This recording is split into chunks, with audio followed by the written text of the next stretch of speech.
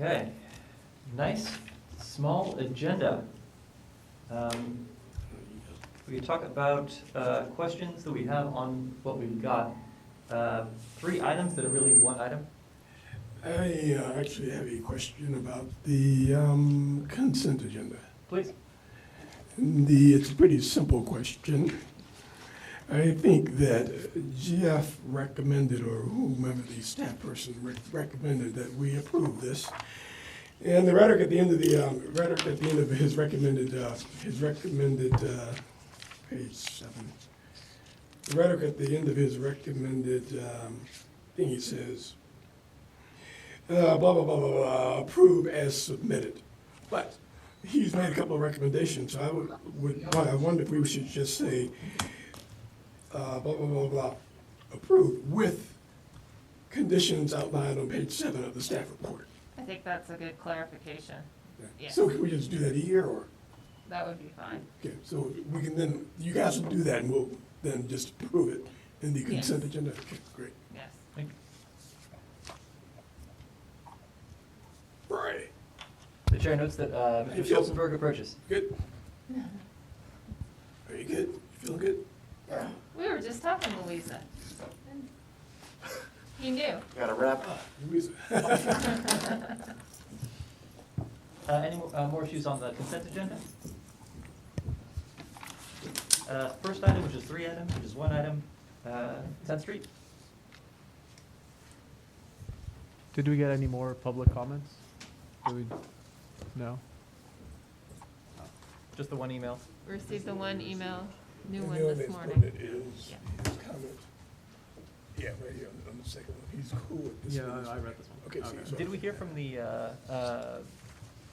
people who spoke before, the neighborhood association? Not this time. Right after the last discussion, sorry, right after the last discussion, we received some feedback noting that the change that was being provided by the applicant was something that they were generally in favor of. But that was like right after the hearing when they noted the change. I don't know if we'll have any of those folks attend this evening, but it seemed like the addition of the overlay was helpful. Questions on this one?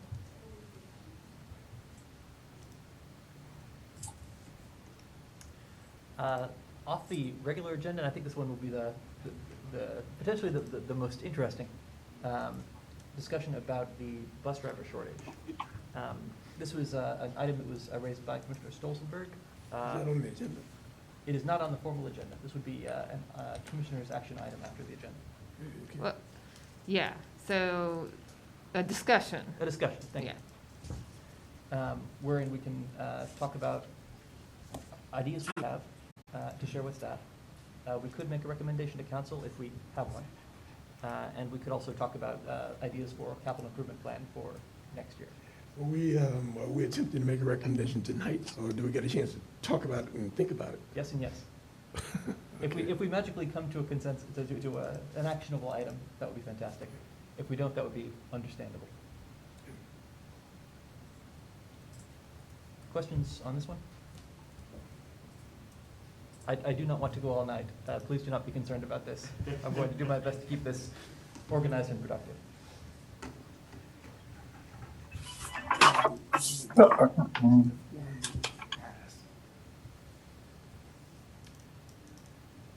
Anything more? We're 5 minutes in. We've got time for basically anything. Can we talk a little bit, Missy, he's not here. Can we talk just a little bit about the emails I've sent back and forth? You rather defer that until another time about the comprehensive, the Board of Architectural Review and the steep critical slopes. You want to do that later, or? Because I don't want to put you on the spot. I'd rather have a chance to chat with you and James one-on-one before I debate with No, I you. think It's fine either way. Mr. Mitchell had some comments concerning the diagnostic report, which we're in the comment period, so that's definitely an appropriate timeframe. And one of the potential recommendations in the diagnostic is to, for both the entrance corridor applications and the critical slope applications, to look at moving the materials to administrative review, putting the details into the code for how those move forward, and then they don't necessarily come to the ERB or city council for review, because they're much more technical. And we anticipate that this will be an item that will be of interest for discussion about whether it makes sense to go that direction or not. Actually, James and I were talking a little bit about it this week, and noted that that would be a good conversation to tee up, because it's kind of important as to, you know, are we looking at it from a more administrative, or are we continuing to look at it from review by bodies of the public? So we figured we would work to frame a discussion for that, not today necessarily, but because that's an important key, because guess- you would write the materials very differently. I guess my thinking is the more technical the review of the critical slopes critical slopes review is, I think I'm cool with that, because I mean, it would hold the developers to a higher standard. But I think the entrance corridors, they have cultural layers and subjective layers, and I think it's more difficult. And again, I'm not an architect, so hoping the architects, that's why I sent the question to the architects. I think you need to have a human feel for what goes into an entrance corridor. I mean, and just based on the cultural taste and. But I wonder what you guys think. No, I agree with you.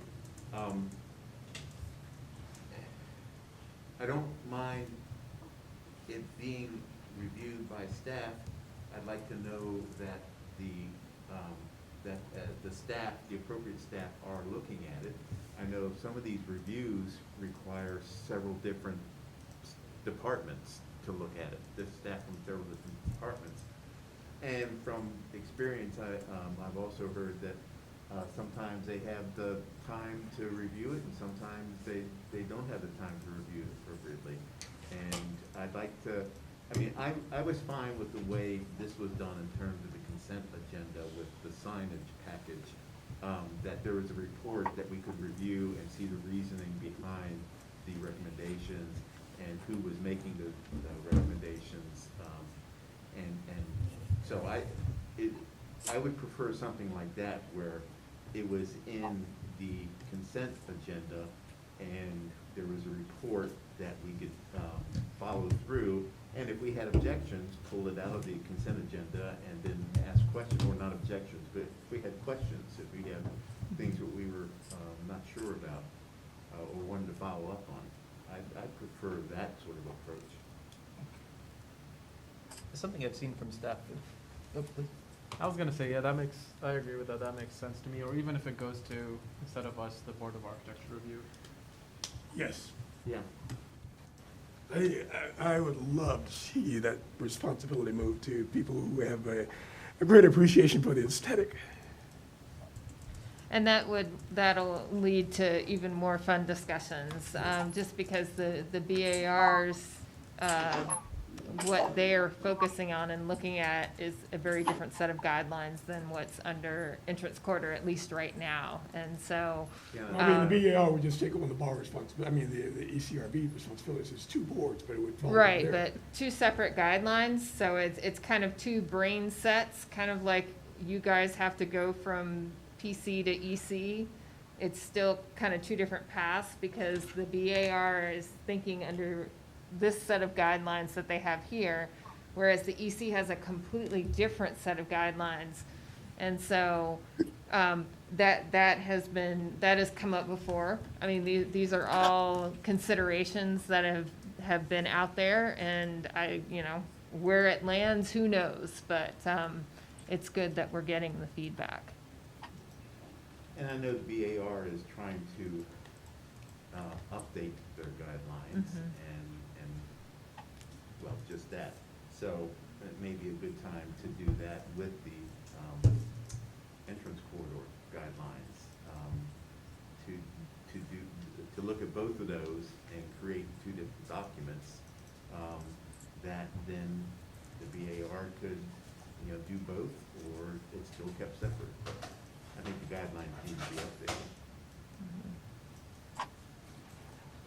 But Missy's right, the BAR's, their guidelines would look at things in the entrance corridor very differently than the entrance corridor guidelines. Ms. Russell, did you have any questions about the agenda? Thank you.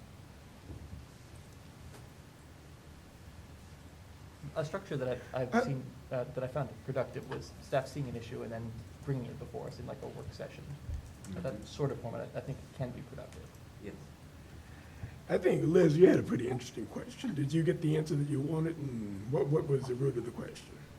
I think so. I was having a hard time, kind of finding the place in the code where, individually protected properties were treated, how that correlated to the major architectural control districts, because once I saw that it was treated as a minor, I was like, what does minor need? Anyway, what Jeff clarified was what did he say? There was some phrase that Protected property. protected property, and then it was like, bing, everything Yeah, kind of that's the flew and code word. fell into place. So that made me feel better. What I was worried was we were somehow missing the opportunity to have any sort of review of alterations or, anything other than just demolition. So I appreciate he's on there, appreciate the explanation. Thank you. Do we have anything further we want to discuss during our pre-meeting? If not, I'd suggest a short recess until 5:30. Great.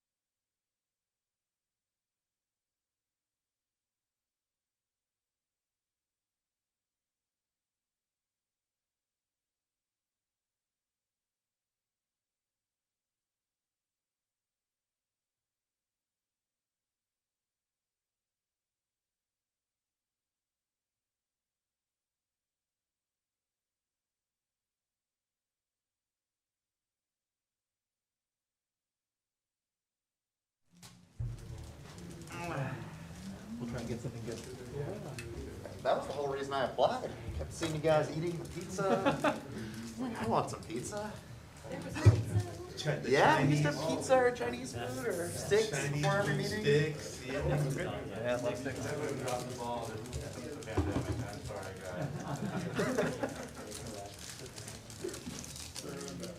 Still say it should have transformed into Grubhub deliveries to each of our houses.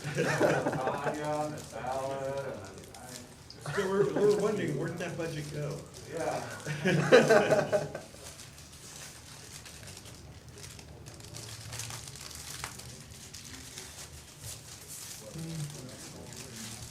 Who do we have from council coming? Do what? Who do we have from council coming? We have Mr. Wade, Mr. Pinkston, and Mr. Smith. That works. Oh, Jody, I just did a tour at Gilmer Hall today. Oh, did you? Yeah, I it's almost ready to open. I have not gone on McCormick to see what the new, skin looks like. It's great. A lot of glass. I don't know, that was a historic building, and no one really appreciated. The first, I think Brian seems to have come to terms with it. it was the first attempt to join mid-century modern with the university Yeah, columns and brick. Yeah, I always loved the building. Yeah, I mean, it still looks great, it's just, I guess, a bit different without that well, screen. I'm sure it does. I'm looking forward to seeing The it. back of it looks a lot better. Hmm. You go, but it's funny, we walked in the lobby and it's still got the, kind of like marble wall with the sixties clock on it. Oh, good. Still there. It's that marble wall that goes from outside to inside. Yeah, Yeah. right by the auditorium. Mhm. Still have the serpentine wall. The dings tell me Outside that the we are hall. at 5:30. I call us to order for the July 12th meeting of the Charlottesville Planning Commission. I'd like to start off with reports. Mr. Mitchell, can you start us off? I can. Let's see, I had 3 meetings. The first was the June BZA meeting, and we heard 3 cases. The first 2 were pretty simple and straightforward, and they were setback reductions. And we did that, they wanted to do that just to build additional structures on these sites. Both of those were approved. The other was a zoning determination appeal for setbacks. And this was at 1150 Fifth Street. And if you remember, that is the old Hardee's. We had this before the ERB, I think in May. And we approved the Wawa and the design concept there. The applicant is not the owner of the property. It is an adjacent owner. And they were appealing the staff's determination that gas station setbacks were more restrictive than highway setbacks. And both can be applied in this area, but when you have 2 competing setback ordinances, the one that's the most restrictive is the one that you have to apply, the one that rises to a higher standard. And it was the opinion of the of staff that the gas station was the most restrictive. After deliberations and after conversations with the applicants and lawyers, we agreed that the gas station setbacks was the most restrictive and most appropriate for this site. The UVA master plan met as well. I think I copied you guys on Bill's presentation there, so I won't go through that. But bottom line is what kind of planning and what kind of development is going to happen over the next 20 years at UVA. And it focuses on sustainability, resilience, equity, accessibility, and flexibility. Again, you guys have the PowerPoint for that. The LUPAC Council met. I did not make the meeting, but you guys have the presentations for that as well. And I think Bill's presentation is one of the presentations that was in the LUPAC. That's it. Thank you. Mr. Above? I have nothing to report. Mr. Alejandro, please. last month was really boring. I had no meetings to go to, no VAR, no tree commission. I just didn't know what to do with myself. So nothing to report? Thank you. Ms. Russell? No reports. Mr. Stolzenberg? Yeah, I also had no meetings last month. We have an MPO Tech meeting coming up the Tuesday after next. And I just wanted to draw all your attention to, if you missed it, council bought a $1.65 million parking lot east of 9th Street. Thank you. Mr. Palmer from the university, can you share any news? Yeah, very little, like, keep the trend. Just, you know, Ivy Corridor, big construction site down there, continues. The School of Data Science is the building you see coming out of the ground now, a lot of steel in that one, as well as the landscape, the stormwater pond, which I understand held well in the rain last weekend and is starting to actually hold some water. Just to add to what Hosea said about the Master Planning Council meeting, for the general public, that presentation that was distributed to all the planning commissioners is posted to our website, Office of the Architect website. You can find it there, and as well as meeting notes. So. Thank you. I actually had a meeting. I met with the Thomas Jefferson Planning District Commission on June 23rd to consider whether we should apply for $215,000 of funds for the Housing Preservation Grant. We decided, yes, we should apply for those funds. I would like. What grant, I'm sorry? The Housing Preservation Grant. It's a $215,000. It's a small bucket of funds, but it helps. Okay, thank you. Of course. I would like to hear from the City Neighborhood of Development Services. Neighborhood of Development, let's say that. All right, I don't have anything specific to upcoming meetings necessarily. I know James has got some things that he'll be sharing with us, updates on some of the efforts that we have going on, so I'll let him take over. Please, Mr. Freeze. All right, good evening, Mr. Chair, members of the Planning Commission. So I have my regular update on our CVille Plans Together zoning rewrite efforts. As all of you know, on June 16th, we released the zoning diagnostic and approach report. I hope everyone's had a chance to review it at least once so far. So as you guys know, the report outlines basically a slate of ideas for how we can modify our zoning to implement the comprehensive plan that you all and City Council adopted last November. We then held a successful event, June 27th, over at the Ting Pavilion. We had approximately 200 people attend over the course of the 4 hours that we were there. And our intent for that meeting was really just to answer questions about the report we released and begin the process of collecting comments, ideas, concerns about what's in that report and what's to come with our rewrite of our zoning ordinance. Our public feedback period lasts all the way through to the end of August. But one of the steps we're going to be taking here for your August meeting is we're going to issue a new or an updated FAQ based on some of the comments and questions we've already started to receive, and accompany that with a memo. What we'd like to do is take all of the questions and comments we have begun to receive from you on the Planning Commission and others, put that in a memo and create some time in the August meeting to discuss those topics. I understand some of that discussion already began tonight, which is great, but we figure we'll create some dedicated time at the August meeting to start to discuss the content of that report and each of your individual comments and questions. So to that end, I'd like to encourage everyone here to submit or get back to us your comments and questions by the end of July so that we have time to turn something around for the August meeting. Overall then, as we're moving forward with this report, as I said, the feedback, public comment feedback period at time, ends at the end of August. That sets us up to finalize that document, create a final draft that we can then present back to the Planning Commission and City Council at your second meeting in September, the work session meeting in September. So that's the time frame we're aiming for, and then that moves us directly into the drafting phase. The other big thing that's coming up is at the beginning of August, we will be releasing the inclusionary zoning and market analysis report. So that, the market analysis piece of that is the piece looking at how might our real estate development marketplace here in Charlottesville react to this new zoning?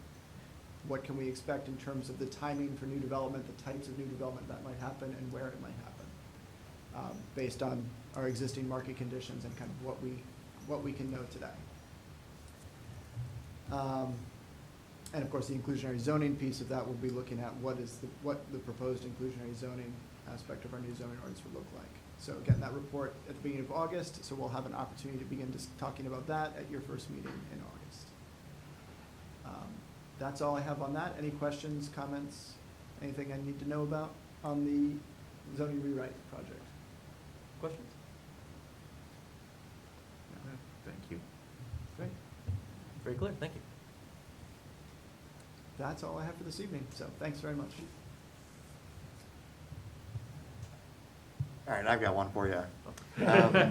First of all, good to know that we should submit comments. I wasn't quite sure what we should do there. And then I wasn't able to make it to the meeting last week, and it seemed like based on the format, people were having kind of small group conversations. Are you guys preparing like a summary of the sorts of things you've heard, if you're getting feedback directly, or? Yes, so overall, as I said, we're going to incorporate a lot of the questions and comments we receive. We're going to incorporate that into an updated FAQ that adds up that information in, fleshes out our answers. And then ultimately, when we get to the end of August, we're going to do a summary of all comments received. Yeah. Great. So, thanks for the question. Last call for questions on this? Thank you. Yep. At this time, I would like to hear from the public on matters not on the agenda, which is basically anything you want to talk about except for 10th Street is welcome.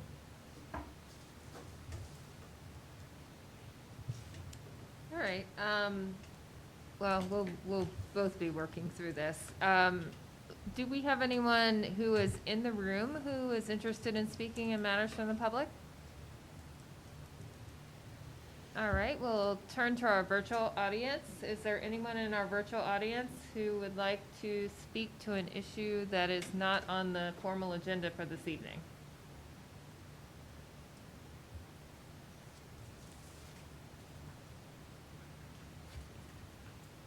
All right, Chair, looks like we don't have any additional comments All right, thank you. at this point.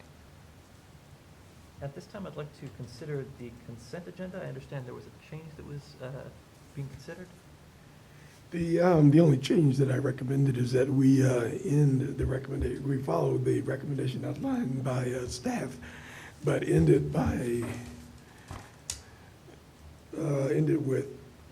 with the conditions outlined on page 7 of the staff report. Is this clear? Mm-hmm. Can I get a thumbs up on that? Is it? Okay, I see thumbs. I believe that passes. You did do the minutes. Minutes? Minutes were not on the consent agenda? There's a set of minutes on the consent agenda You as just well. approved my thing. Oh, I see. Can I hear a separate motion on the consent agenda? Do we need a second to the motion? Or I'll move to approve. I see a motion to approve, Second. and I hear a second. Let's try that vote. Works for me. Apologies. And that's what I have for this section. Actually, okay, that includes the sign plan. I think we're good until 6 p.m. unless you have anything you'd like to discuss. I don't know how long Rory's thing is going to take. It's going to take, I want to use the time to Well, at least Yeah, that's begin. not bad, sure. Well, we're here anyway. Ms. Schulzenberg, do you see any issue with that? No, that seems fine. Great. Ms. Creasy, can you introduce the topic? Sure, so it'll be a little bit of me and a little bit of James and then a lot of you guys on this. But we received some comments concerning the bus driver shortage that is occurring. And this is a concern that the city has, but it's a concern that we're having all over Central Virginia, and I'm sure way beyond that as well. But the city has a pretty robust program that they're putting together to address how they're addressing the shortage at this point in time, and some pretty innovative things on there. So hopefully you all got a chance to take a peek at that. If not, we can make sure that you get the direct link to the website for the activities that are occurring. There's a lot of different things, including engaging volunteers, setting up mobile school buses, getting crossing guards in additional locations. So there's a lot of activities that are going on right now. There's a number of community meetings that are scheduled to take place, and this is through the school system and partners that they're working through. So that came to the attention of the group here, and wanted to have a little bit of an opportunity to talk about the things that the Planning Commission can do to support efforts that focus in this realm. Did you want to take over from here for a while, and we'll just pop back and forth? Sure. Okay. My apologies, I actually thought we were doing this at the end of the meeting, so I was. Well, things change. Fair So enough. we're Fair just enough. moving this until 6. We'll probably, I don't know, we'll figure it out so that we start at 6 on the hearing, so that we honor the time of Yeah. others. No But we worries. can at least get started. Right, so I think, I mean, two things that I noted when I saw what the school department was doing in response to the issue they're facing. And one is that, in some respects, this represents a great opportunity. Our comprehensive plan that we recently adopted talks a lot about Mhm. these issues of what can we do to address improvements to the safety of, transportation safety, particularly in low-cost mechanisms in our neighborhoods, particularly around schools. So wrapped up in this challenge is an opportunity to explore those options. The flip side of that is, it's a little early for us right now, in that we are in the process of building out a transportation planning program with a transportation planner position, rehiring a bike ped coordinator, and bringing over the Safe Routes to School coordinator position into NDS. But we aren't there yet. We've just, in fact, the ad for the transportation planner, does it post yet, or is it posting next week? Hopefully very soon. I know it was in the approval realm. Mhm. So we expect that position to post very soon. And see that position as really being able to take a lead role in doing exactly this type of work. And that is coming up with innovative, low-cost, and quick ways of improving pedestrian, particularly children's safety in the neighborhoods around our schools. So we've got the policy backing, we've got the ideas, we've got the position approved within our budget. We just need to fill that position, and then we're ready to go. Ms. Creasy, did you have anything to add to that? And no, I mean, that's the high level overview. We do note that on the traffic side, we have the traffic engineer and our Safe Routes to School coordinator. They're not in our department right now, but, and some will, some won't. But of course, we coordinate with these folks on a regular basis. And of course, there's a lot of activity going on with the Safe Routes to School aspects of things. We did a little bit of searching in the comp plan for more specifics, and we do have, really good support for continuing to move forward in this direction. So, yeah, I mean, we have tools in place. We just need to fill them with humans so that we can keep the work going from that perspective. But, there's some grassroots things that are going on as well. And for these things to be successful, you've got to have all sides of that involved. Questions for staff from the commission on these items?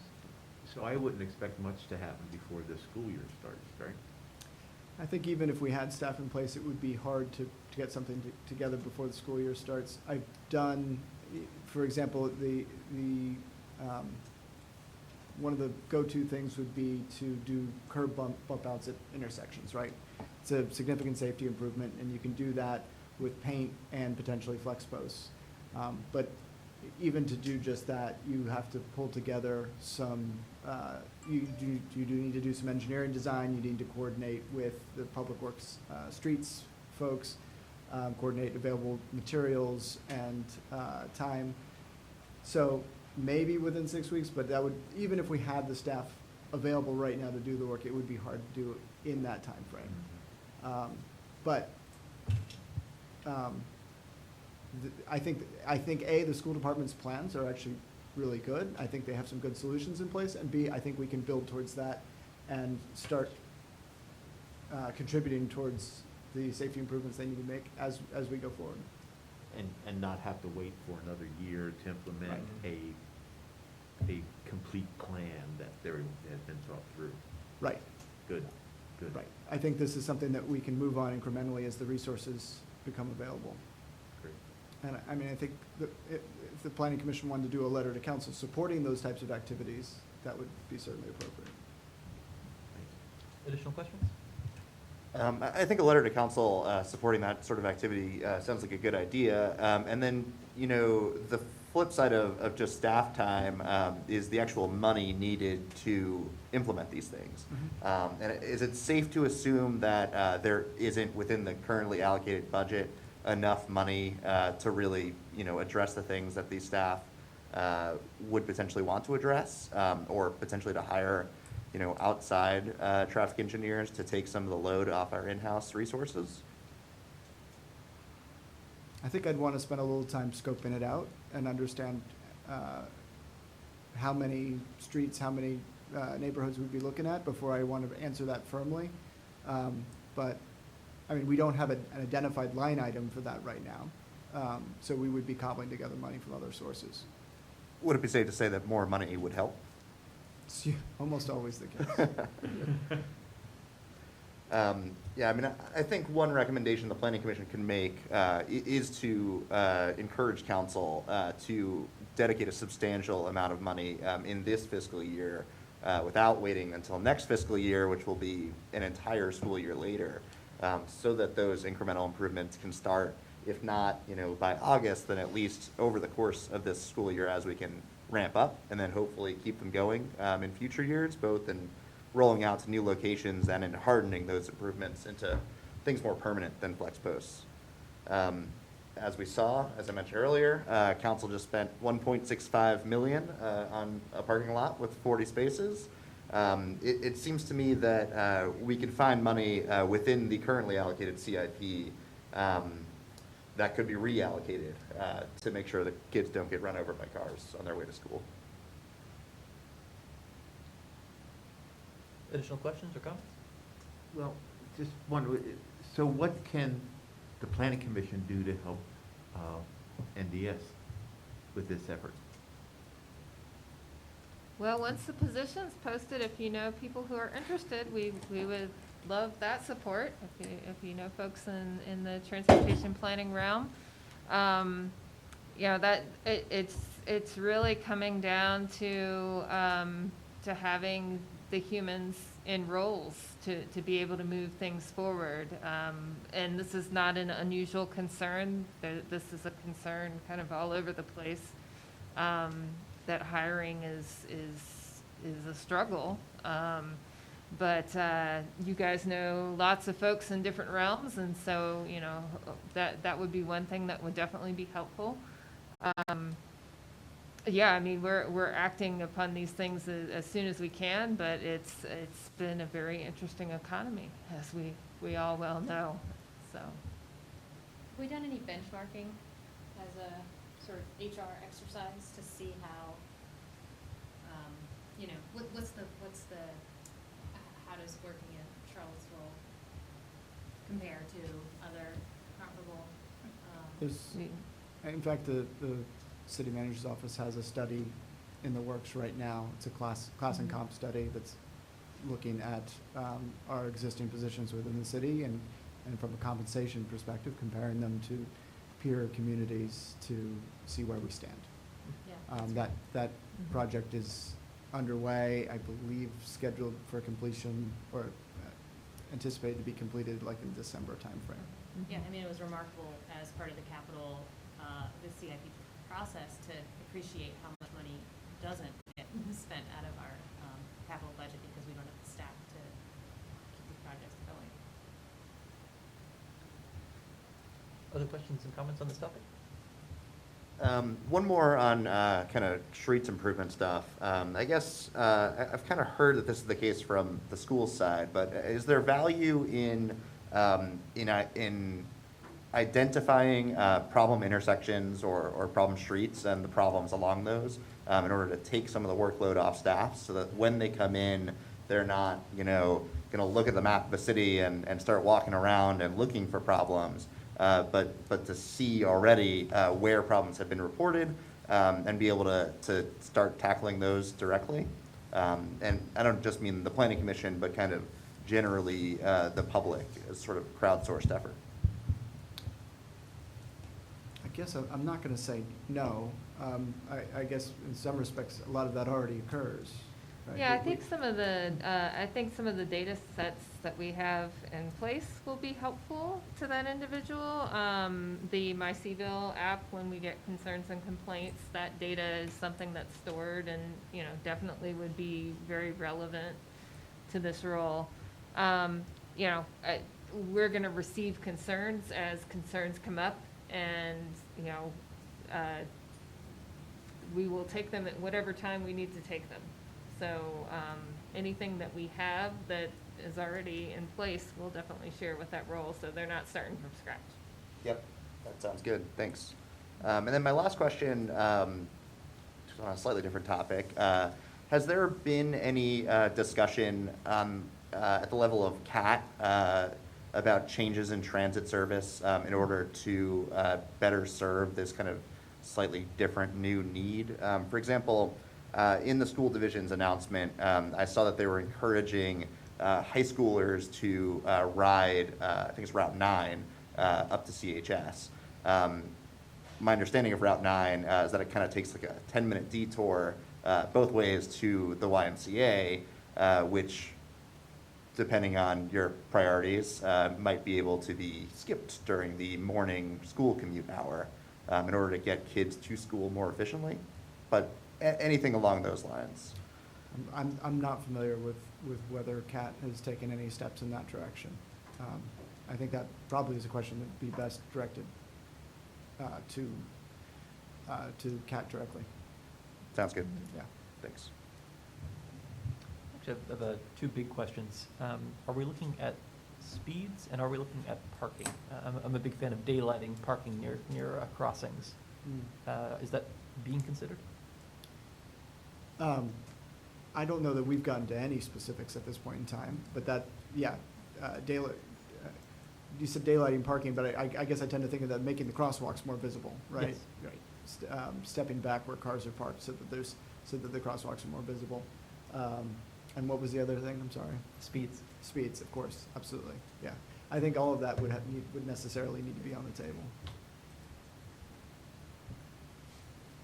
Additional comments or questions? Actually, on that note, maybe along the lines of things we could recommend to council, I believe there's state authority to put speed cameras in school zones. Is that something we've ever explored? I don't know the answer to that. I'm not aware of that being explored in the city side. I know there was some county exploration of that a couple years back, but I don't recall anything on the city side. Gotcha, thanks. I think it's a relatively new authority.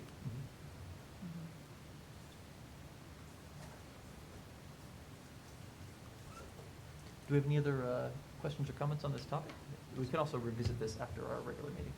I guess the question for the commission is there interest in, drafting a letter or some kind of motion of encouragement to council to take action on this front? Can I get a straw poll, just thumbs up, thumbs down? Yeah, sure. I see some support. Why don't we delegate the drafting of the letter to Rory? Would someone be willing to work with them on this? I find a small group can be productive. I think Roy can probably handle this. Would you be able to take this on? Yeah, I suppose I can. Extremely generous, thank you.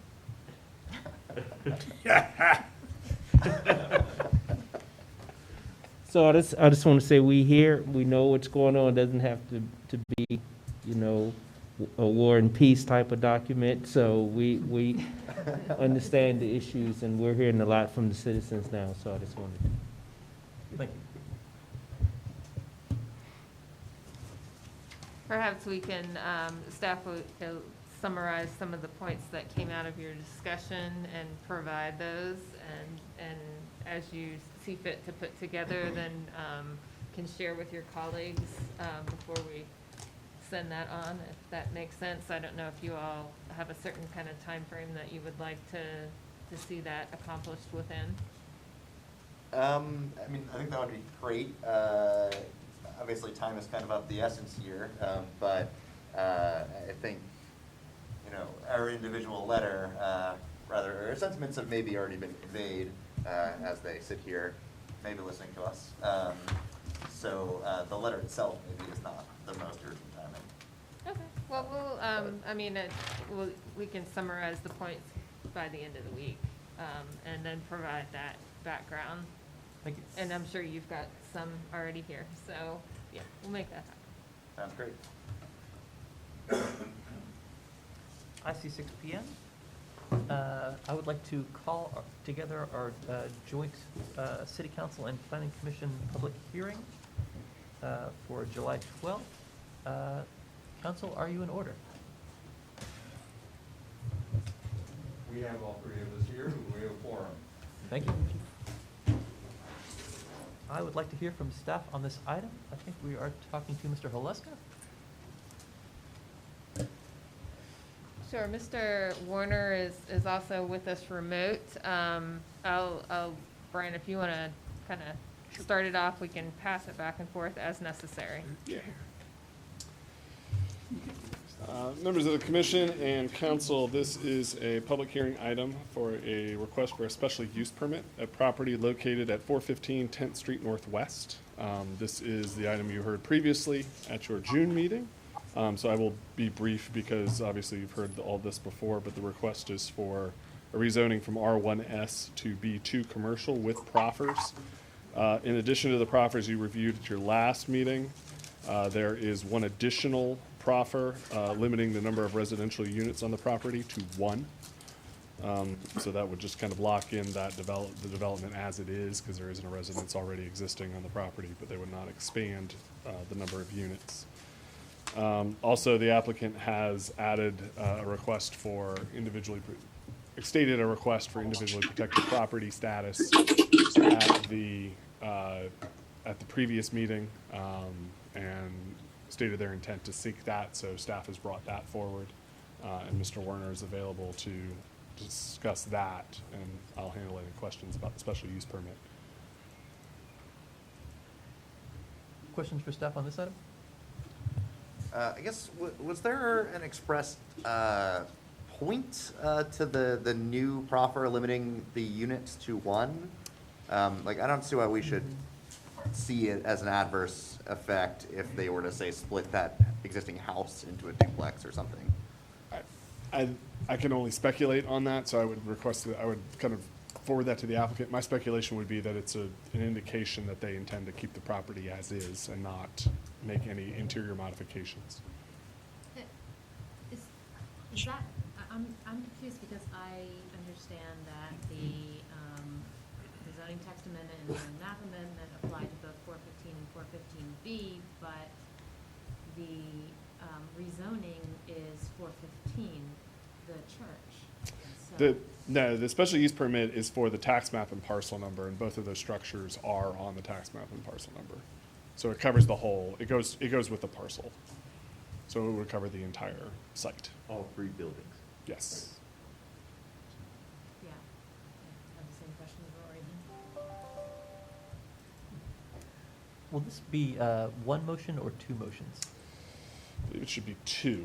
Right, the reports are set up such that, both of the IPP, the text and the map are included in a single motion, and then the zoning.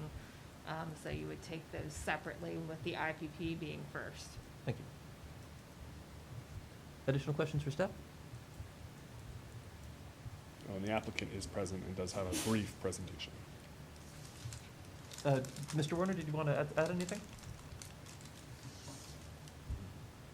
Only if you need me to. I think we're fine, thank you. I've got one actually. This could be for Jeff or Brian, I guess. Okay. Have we heard anything from the actual Trinity Episcopal Church congregation? No. Okay, thanks. I would say I know people have been in contact with them, asking them history, and things have been reported back to me. I don't believe that as a congregation they've officially offered anything, but I know members of the congregation are aware of this and have been wonderful sharing some of the information. Thanks. Mr. Chair, may I ask a question? Please. Yeah, I guess the first one is, so this has been a month ago, this was before vacation, so I'm trying to re-energize the neurons. So the notion of doing the IPP was basically, was something the applicant agreed to, correct? And the idea is it kind of put some sort of, I want to say, what's the word I'm thinking of? Some sort of guarantee or good faith that the property as it is, the way it looks and so forth are going to remain that way. Is that partly what that does, the IPP? Sort of a backstop for, in terms of not changing it, not changing the property going forward. Is that? Right. I think the stated concern in the staff report last week or last month was there was no prohibition Right. on demolition of the structure. Got it, okay. So the special use permit was granting additional uses, and while the applicant had stated their intention to use the building as it was, at the time that staff wrote that staff report, there was nothing stopping them from getting the special use permit, demolishing the building, and building a new building. At the meeting, they stated their intent to seek individually protected property status, which would allow, prior to a demolition of a structure that's designated in such a way, it has to go to the BAR for a public review. Okay. And So there's a this does standard put in review additional protections. on the existing buildings to Okay, remain. which is yes. good. So any development would still be possible, but it'd have to be approved by the BAR. Okay. And so adaptive reuse, small changes, Uh-huh. changes that do not impact the historic character of the building as interpreted by the BAR and as documented in the National Register surveys. Okay, thank you. And I read this, I have read this, and I'm having a hard time, I didn't bring my computer with me, but the proffers, so the notion is to change it from R1S to B2. B2. And so what that, with the proffers that were put in, and then also with what, B2 is available, what would be the sorts of things that they could do in that space and the sorts of things that they could not? In other words, things that people in the neighboring streets would be worried about. I think that in the way they've structured this, those concerns are mitigated. Right, so the applicant in the original submission that we reviewed last month, and again tonight, there is a proffer that the applicant has submitted that would restrict the uses, the additional uses of the property beyond R1S. R1S does allow a house of worship, it does allow single-family residential. The additional uses that would be permitted with the rezoning to B2 are art gallery, auditorium, private club, music hall, educational facility, technology-based business, and office. So there may be other uses that are permitted as by right or special use in the B2 district, but they would not be permitted because of this proffer on this property. The ones that you just listed. The ones I just listed are just the ones that are being permitted as a part of this rezoning. So they are being permitted, so the Yes. music hall and the other. Right, but Okay. I think if you look at B2, you'll see convenience store, retail, those uses are not permitted, even though they're by right in a B2 district, they won't be by right So here. basically, this specifically limits what can be used there, what the use can be, and it's the Right. items that you just. They're adding those 7 uses to the, as acceptable uses on this property. Got it. Thank you. Additional questions for staff on this item? I've got one more, actually. So in the existing zoning, it's R1S, right? That allows single-family residential. Is the lot subdividable, or is it too small? Look at the size. I doubt it's Roughly It's a- 8,500 square feet? 8,500, definitely not. Minimum lot size in R1S is 6,000 square feet, so you need 12,000 to subdivide. Additionally, there's several non-conforming structures on here, so any change of lot lines or anything is going to get really complicated real quick. So in R1S, there's single-family residential and there's house of worship. Let's say a church didn't want to rent the space. The only remaining option, I guess, would be to turn it into a single-family residence. But since there's already a single-family residence, the former rectory on the parcel, you couldn't have 2 of them, right? So it would just have to combine them both into one large single-family residence? Correct. Yeah, if there's one unit on the property now, it can't be turned into a duplex because a duplex is not permitted in that zone. So you are correct.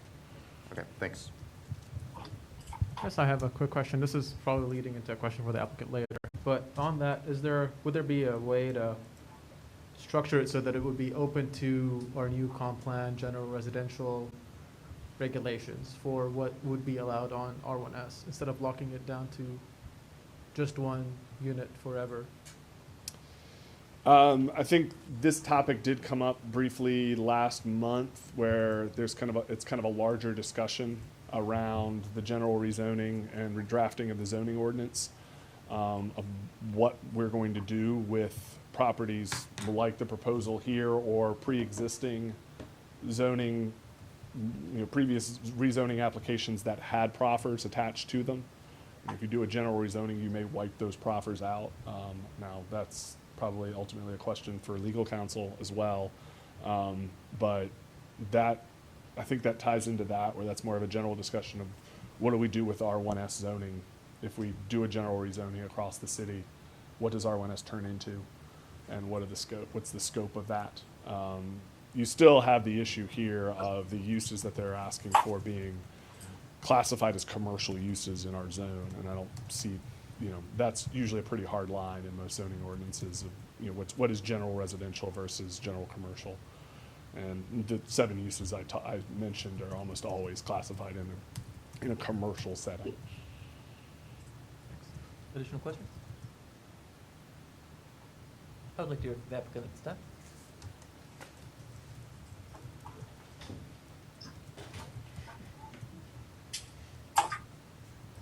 It's not good when you get stuck in the chair getting up.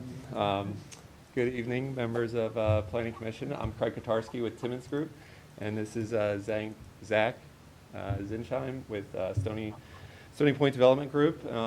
Hopefully, a quick presentation, and then if there are questions, we're certainly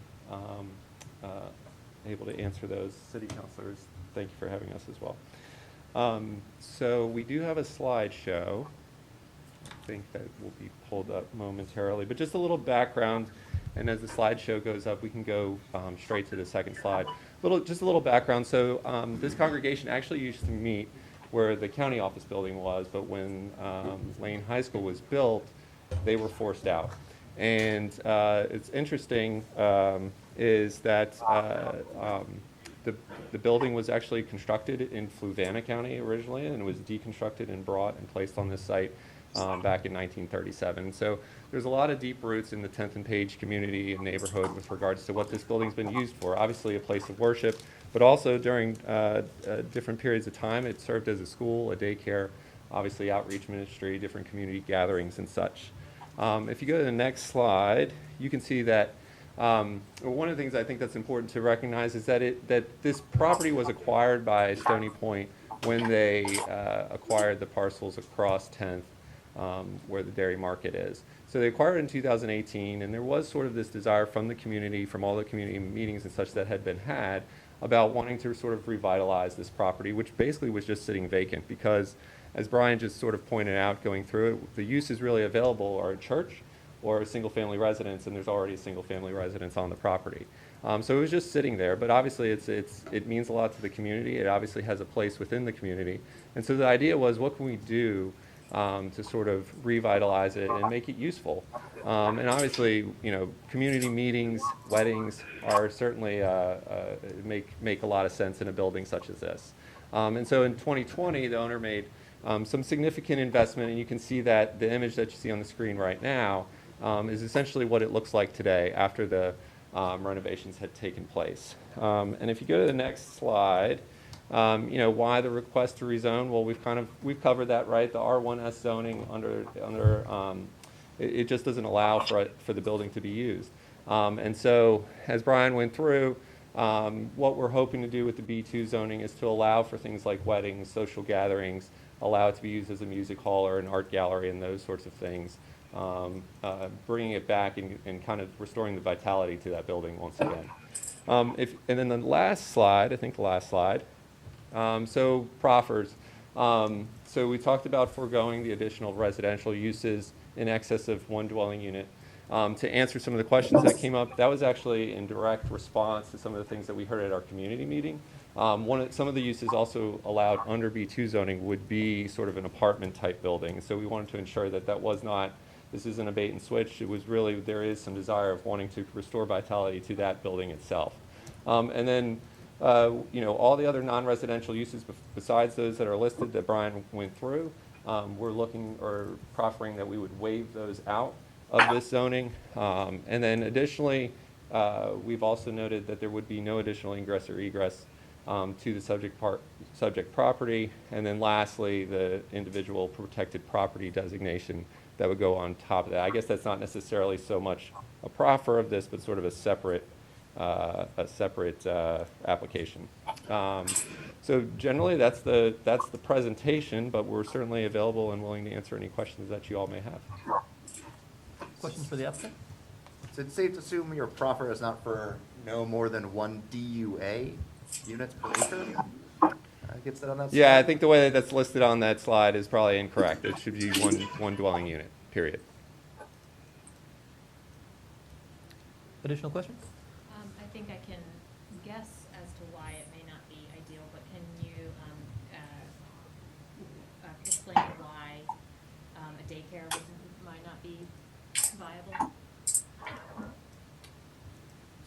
It's a good question, Zach from Stony Point.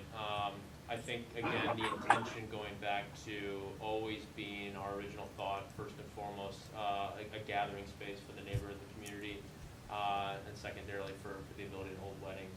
Being able to restore the church in the closest form to what it is and what it has been historically. Can't speak to daycare specifically, but that's always been the goal and intention. The only other thing that I would say with regards to daycare and that consideration is just the traffic component of that, and also with little kids and drop-off zones and things of that. It is a busy intersection, and there's some challenges from that perspective. It's one of the reasons why we have the proffer in there with no additional ingress or egress either. Mm-hmm. Yeah, the access is what I was thinking. Yeah. It just struck me when you said that was a historic use, right? Right, yeah. Thank you. Do you know when it was last used as a daycare? I do not. Nor do I. And that special use permit would lapse if it wasn't used for 2 years, right? Yeah, that becomes a legal question.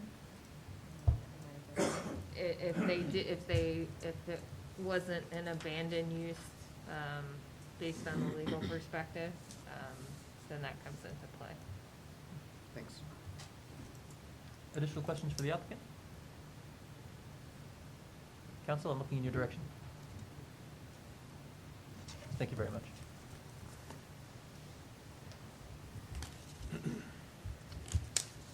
At this time, I would like to hear from the public on this item. All right.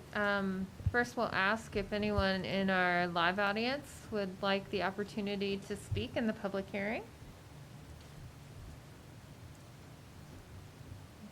seeing no one at this time, like to see if there's anyone in our virtual audience who would like to speak for the public hearing. If you're interested in speaking, please use the raise your hand function in the Zoom webinar.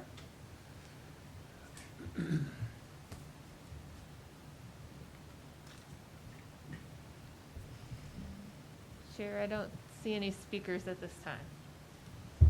I would like to close the public hearing. At this time, I would like to hear thoughts from the commission on these 3 items, which are also kind of one item. So this is basically what we asked for, and I support the application. Mr. Mitchell, did you have thoughts on that? Oh, that was you. So you were saying that you support it? Yes. I understand you now. Mr. Abad, please. I also support it. I'm a bit hesitant about limiting it to just one, but because there are some examples of churches and surrounding buildings being split into 2 apartments that are more affordable potentially, or 3. But that's my only hiccup. But I generally support it. Mr. Lehendra? Are we talking about both, all 3? Okay. Yes, I support it. And thank the applicant for voluntarily making it an IPP or pursuing the IPP designation. Ms. Russell? I am generally supportive, and I think it's maybe worth considering the overlay, or maybe that's not the right word, but the sensitive area designation that this structure, these parcels fall within. And thinking about that, how that would maybe make us think about that density. Right, because in the general residential sensitive area,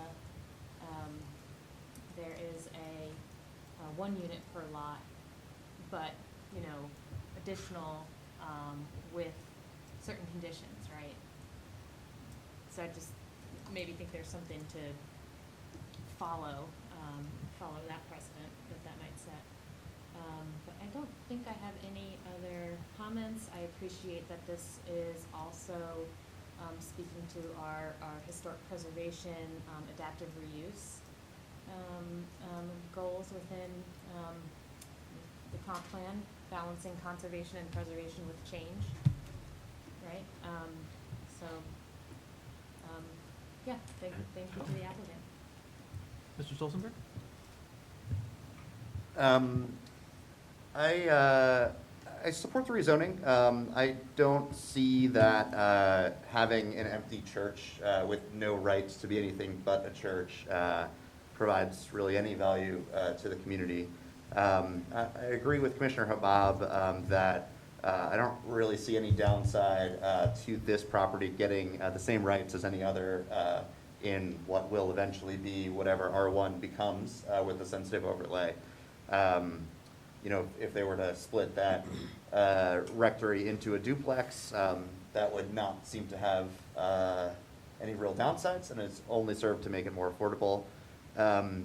I don't really see how keeping this property kind of in amber in the existing state will make or will lessen pressure on displacement in 10th and Page, or make the house that just sold for $550,000 on Page Street sell for any less.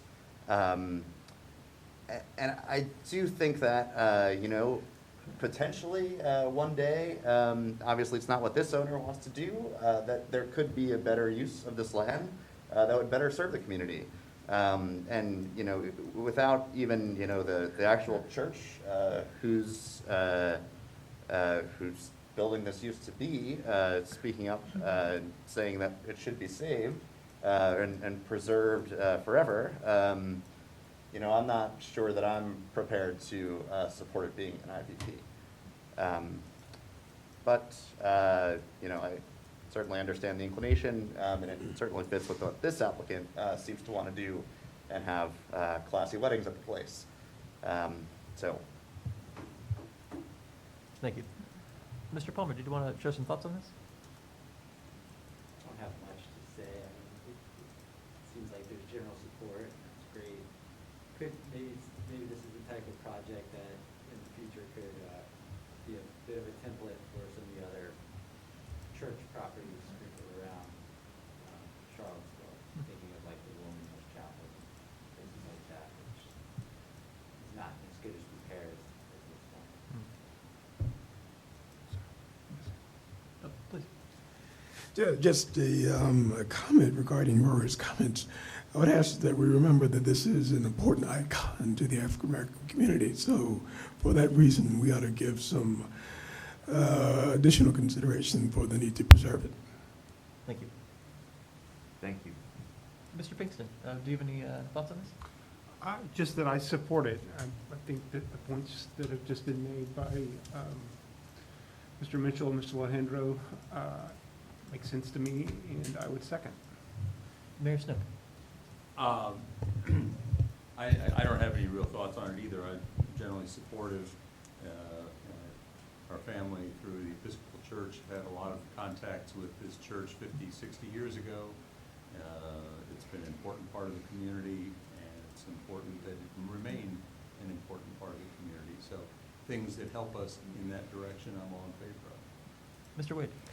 Yes, I'm supportive of it. I do understand the importance of this is building in the African American community. I've seen it when it's been in use, and I'm not sure how this can be proffered or included, but I think it's important that somehow, just like they did for the dairy building, that there be some allotment for community use, because this building that once was an African American church and a pillar of the community will probably be home to, expensive weddings that probably when people walk by in the community, they won't see it really as part of anything that they, not unless they're invited to the wedding or whatever, type of thing. So, maybe during the week it could be used for community meetings and things like that. It's been a while since I read the report, but I assume the parking for this can be attached to the dairy market? The parking? Looking at staff? Yeah. Okay, I just assume it, so that the parking calculations for the dairy market, if the building, if the meeting rooms in the dairy market down, the bottom level is being used, and they have a wedding on a Saturday or Friday, that all can be somehow accommodated without totally impacting the neighborhood as far as people parking and stuff. Thank you. Thank you. And for my part, I think this is a reasonable balance between current needs and future needs. Things will keep changing, but I appreciate the effort to try and find that balance and bring people together. That seems like the right direction to me. I would be interested in a motion on this topic. Can I, Please. Could we, are there any tools, to Councilman Wade's point about how we could codify that, or would the applicant perhaps be able to speak to that concern about community availability and use? Please.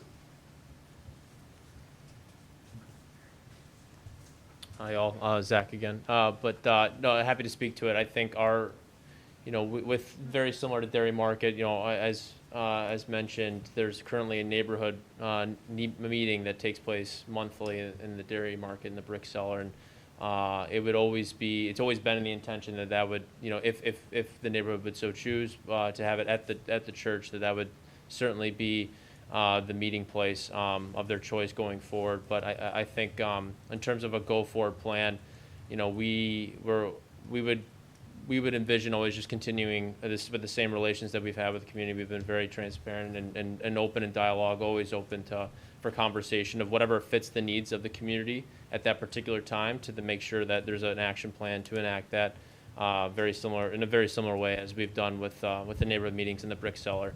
That's just one example, but point being just that we're always open to conversation and dialogue of whatever fits the needs of the community and the neighborhood at that time. Is our direction. Was that helpful? So is that a commitment to allow them to do it, or a commitment to talk to them about allowing them to do it? Oh, we would certainly, forever? certainly, I think we've talked about it in a previous, last month too. But, certainly once a month, that once a month meeting, absolutely, continuing on as is, because that's already in place, certainly committed to making sure that continues on.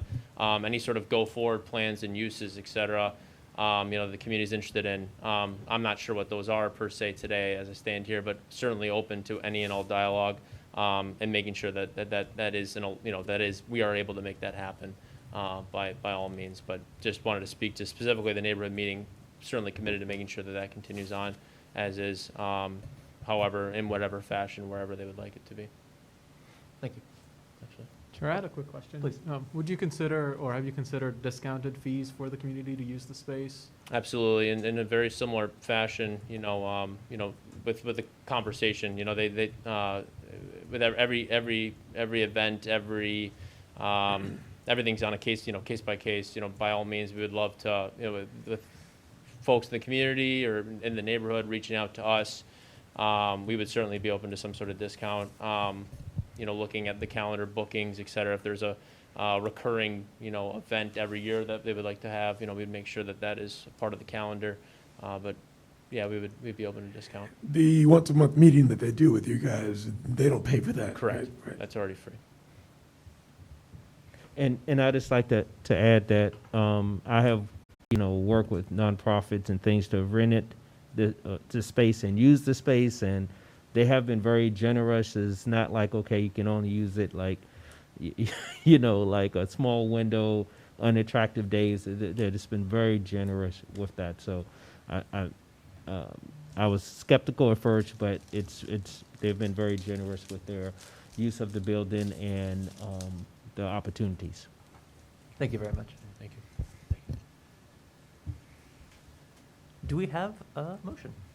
Which one would you like, a motion one? I would be interested in a motion on the first two items, if possible. Is that the suggested motion that's in here, or do I have to craft something? No, you can use these suggested motions. That is permissible. Yeah, don't make me be creative. Only in great circumstances. So, Mr. Chair and Commissioners, I move to recommend that City Council approve ZT 22-00001 and ZM 22-0001, amending and reenacting the zoning map incorporated within Section 34-1 of the Charlottesville City Code 1990 as amended by rezoning of 415/415B 10th Street Northwest, parcel 446, to add a historic overlay district designation to the property, and also amending and in reenacting Section 34-273 of the Charlottesville City Code 1990 as amended, to add this property to the city's list of individually protected properties. Do I hear a second? Second. Ms. Creasy, would you call the roll? Sure. Mr. Lahindra? Aye. Mr. Havad? Aye. Mr. Mitchell? Yes. Mr. Stolensberg? Abstain. Ms. Russell? Yes. And Mr. Soli Yates? Aye. I believe that one passes. I would be interested in hearing about another motion, possibly one on page 73 of the packet. Before we, Please. just to kind of drill down on this point about the one unit, would it be reasonable to sort of have the restriction follow what is stated in the use category description for sensitive areas, which is that up to, additional units are allowed if the first unit meets this affordability requirement, and et cetera, et cetera, et cetera, just like, the language from the sensitive areas. Would that satisfy the kind of, concern about the density? I guess I'd say I'd prefer it that way, but I don't know that we have the ability to affect their proffer. That's right. I'd be curious to hear from counsel, legal counsel, about what Mr. Haluska was saying, about whether those proffers would be overridden when R1 changes. Do we have counsel? But I don't know if it's an issue. to I know still Mr. consider. Hubbard's online. I don't know if he's gonna have an answer on the spot on that, but we'll see if he has anything to add. If you do, I'll clap. Perhaps we could suggest to the applicant that they change the wording of the proffer to be the residential uses allowed in R1 only. What specifically is the question? Can we change proffer to conform with our code, I believe, is the question. Is that fair? No, I thought the question was when the zoning code changes, whatever point that changes, what happens to applications such as this or such as anything that has been improved with proffers as part of a rezoning? Does that zoning go away and it becomes the new designation? Yeah, I'm seeing that nods. was, I'd say the question. I could understand if I didn't have an answer to that. Does that help you?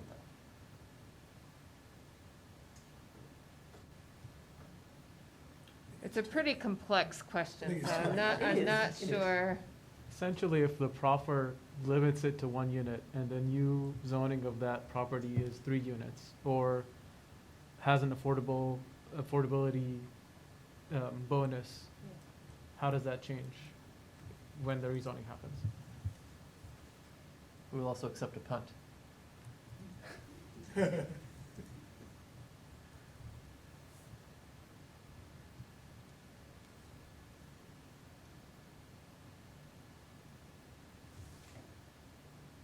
Reasonable. We don't know. Okay, Yeah. okay, that's cool. Thank you. It is helpful to know what we don't know. And I appreciate the applicant working with the community, and I think what I heard was that this was in response to what had been expressed, which is also like sort of what the sensitive area designation is trying to do, so I would hope we'd find a way to work that out. Good question. Thank you. Any further questions or discussion or a motion? Joe, you want to do it again? Oh, this one's short. Yes, you do. Mr. Chair and Commissioners, I move to recommend approval of this application to rezone the subject property from R1S to B2 with proffers on the basis that the proposal would serve the interests of the general public and good zoning practice. Do I hear a second? Second. Ms. Creasy, would you please call the roll? Sure. Mr. Lahindra? Aye. Mr. Havad? Aye. Mr. Mitchell? Yes. Mr. Stolzenberg? Aye. Ms. Russell? Aye. And Mr. Solly Yates? Aye. I believe that passes. Thank you very much. Do we want to shift to talk a little bit more about buses, or are we good on that? How are we feeling? I thought we pretty much landed that plane. I'm feeling pretty good. I'm seeing nods. Do we have any other issues we'd like to discuss? I'd also entertain a motion. I moved to adjourn. I hear a motion. Do I hear a second? Second. Can I get fingers? I see fingers. Thank you all.